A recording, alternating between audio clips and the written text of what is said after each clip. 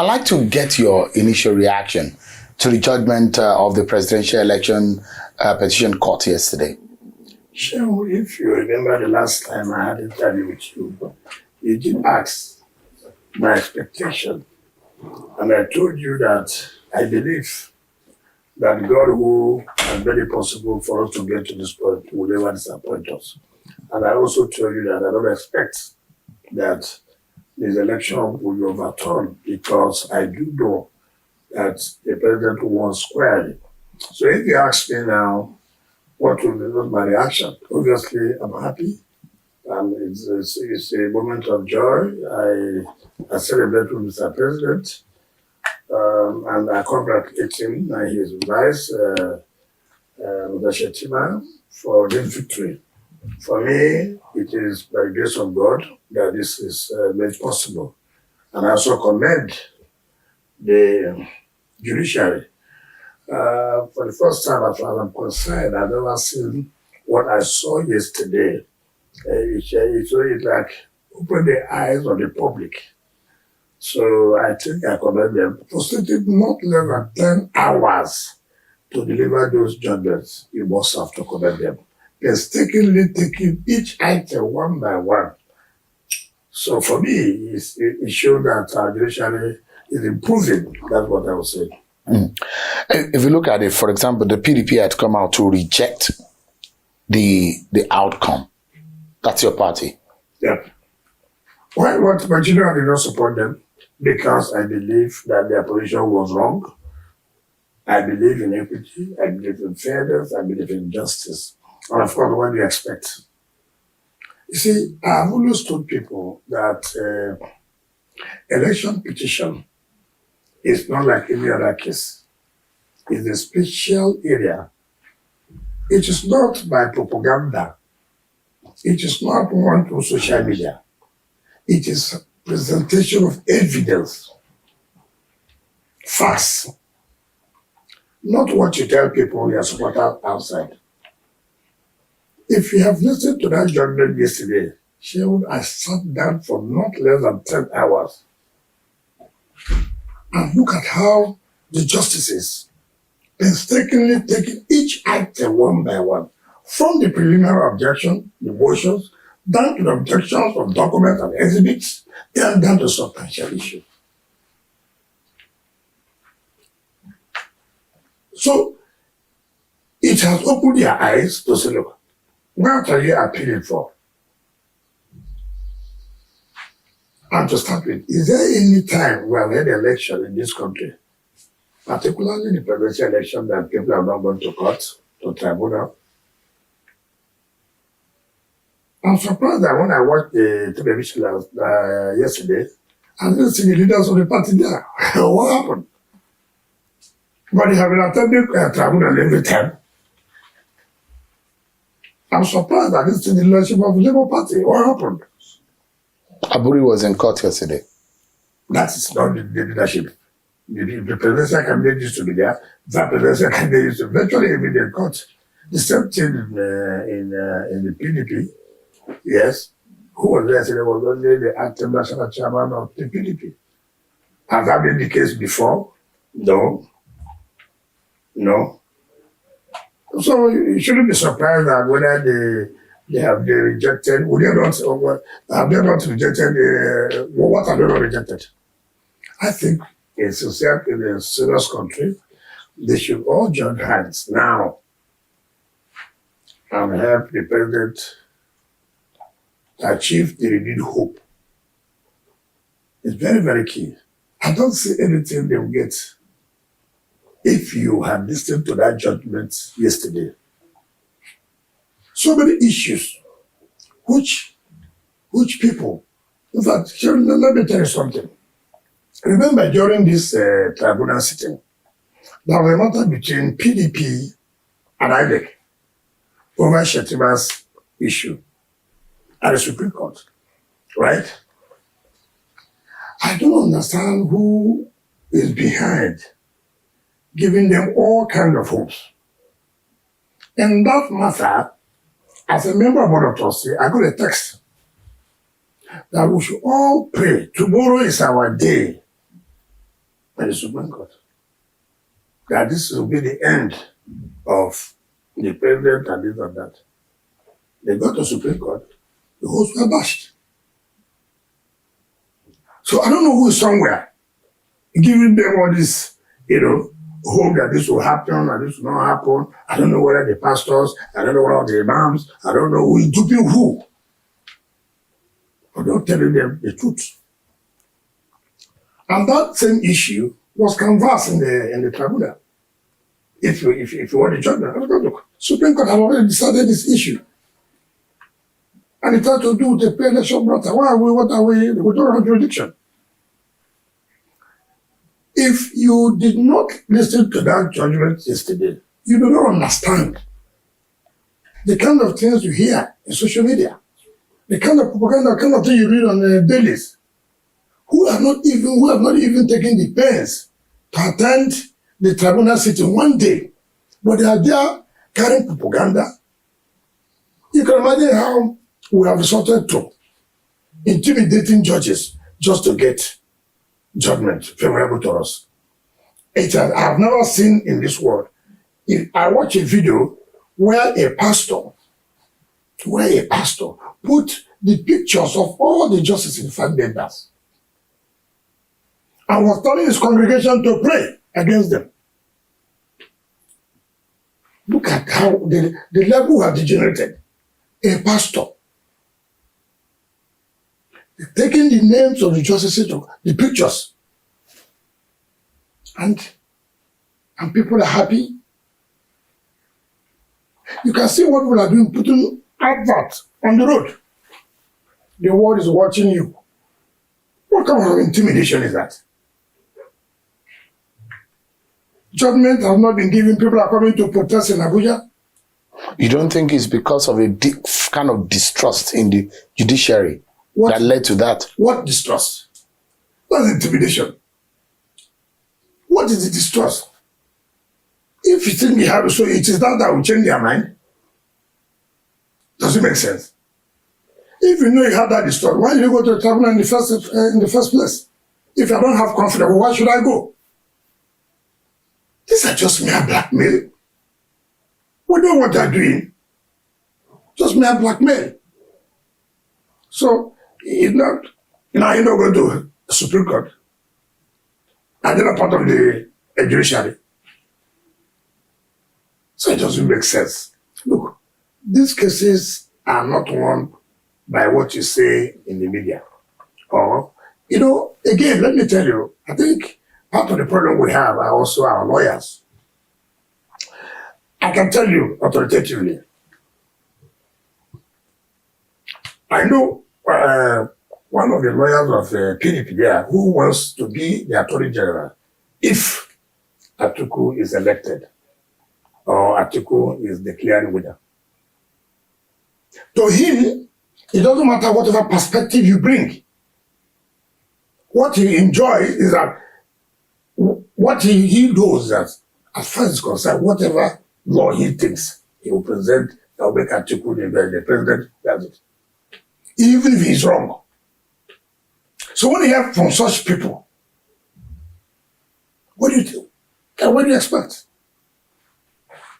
So you think that they're not telling Atiku the truth? Certainly, yes. Look, and like I said, you make allegations, wide allegations. Ballot stuffing, changing of results, mutilations. Fine. These things are done where? In units. In units. And for you to be able to prove that, you need to have your agents in each of the polling who will be able to say, yes, in my unit, see what happened. In my unit, they refused us to vote. In my unit, this was what took place. Not what somebody told you. You go and bring somebody who say, I was a collation officer. Right? What happened in collation officer? A collation center. What happened in collation center? I was agent, for example. So I should be able to say what happened at the collection center. I cannot say what happened in social polling unit. The best I can say is that my agent told me this was what happened. And that it becomes hearsay evidence. It is not an easy task, I can tell you that. To prove in an election petition, to prove that yes, there were, you make allegations of ballot snatching, because ballot snatching must take place in the polling unit. You make allegations of overvoting, ballot stuffing, mutilations, and the rest of it. You need to really prove it. Now look, see what we're saying in Unit A. Look at the results. Look at the mutilation, right? And in this case, you had agents in every unit, as you said. Every agent was given a pin copy. So you bring it to say what they gave to us. See our own pin copy, compare with this. It's not an easy task. Let nobody come and deceive you that in the election tribunal that it is as easy as they tell members of the public. It's not easy. I have been involved. I have had matters like this from 1999 even to 2015 down to you go to Supreme Court. So it's not an easy task. Let nobody deceive you that, we'll have a good case. Look at it. Just take it issue by issue. Is there anywhere you can say the panel, and they are not the final court. And if you had them to say, in our opinion, in my opinion, did you understand that? They didn't say that what they are saying is the finality, no. By our own opinion, in our own view, in my own view, this is what we think. I'd like to ask you, what do you, for those who say this is a watershed, the outcome of the petition tribunal yesterday is a disgrace to the judiciary, is a dampener to the will of justice. What do you say to those characters? Look, Nigerians should be, I think where I thought we have come to the point where we must accept defeat. How is it a disgrace to judiciary? Simply because judgment did not go in their favor. If it had gone in their favor, they would have hate judiciary. What kind of people are this? Have you ever, in all this period of electoral context, has there been any time we have seen judgment of court, allowed judgment of court to be read like this, for the whole world to hear, not what they are told? See what your people presented. See what your people presented. See the witnesses they presented to prove their case. Now, having had it, what will be your opinion? You also had what one of the justices said. Evidence is not from the street. Come and present your evidence here before us. You don't go to the streets. Begin to tell the public lies. The world have now known you have no case. But by your propaganda, you have made them believe that we have a case. Even when in your conscience, you do not have a case. You think that the PDP or Labour Party don't have a case? They don't have any case. I can tell you authoritatively. What about public opinion? What is public opinion? If you have a media to persuade the opinion of the public, is that a true fact? Certainly not. Take for example, why I tell you this, I was reading, and wasn't what AIT was talking about me, and I had to pull down their mask or whatever. So people will not tell you the truth. The land does not belong to AIT. The land is River State government land. They have no document to prove. While I was there, I said, look, there's no way you can say this is Jerry phase 5. The state government gave you over 700 plots of land to do what? To build what? To build a television station. How? For how many years now? Since 2000. It has not been developed. I came, I said, no. We'll allow you where you are. This is the state government land. Please, can you take your mask and put where we have given you so the state can develop their land? I said, no. Now that the state is developing the land, you expect the state to leave the mask there. Certainly they will put it out. But that's not my business. They said that, oh, it is because of my problem with their late servant. Rubbish. It's unfortunate the dead can't talk. Nobody in these 36 states and Abuja, as a government, patronized AIT more than the way River State government put together while I was in office. The records are there.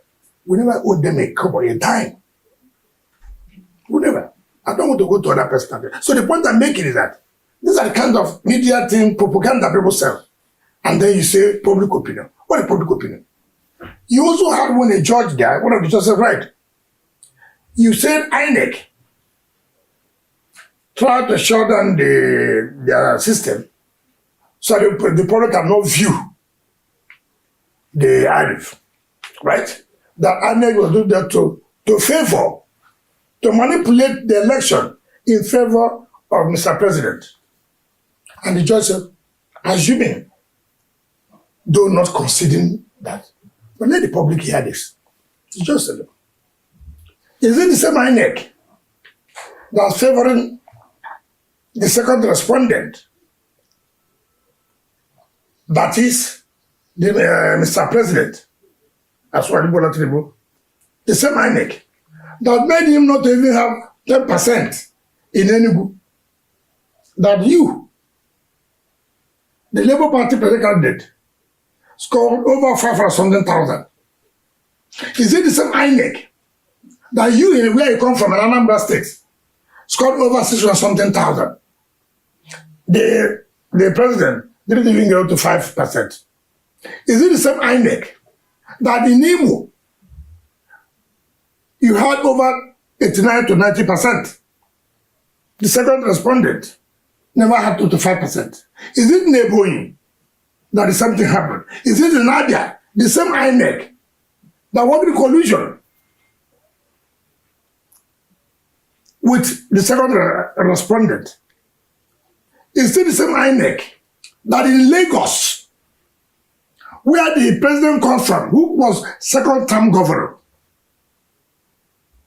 and who's having a sitting governor, you, the Labour Party, they won. INEC was working for the president to win.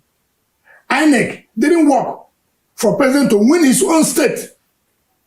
Come on. In your own view, you think this was a good election? No election is perfect. Even in America. Yes. All you talk about, improvement. This election was better than the last election. But when INEC make promises, what are the promises? About transmitting the result to IRF, what is the law? and there were what the judge technical said? Glitches. What is promise? Promise must be in accordance with the law. Let us not bring sentiment in this.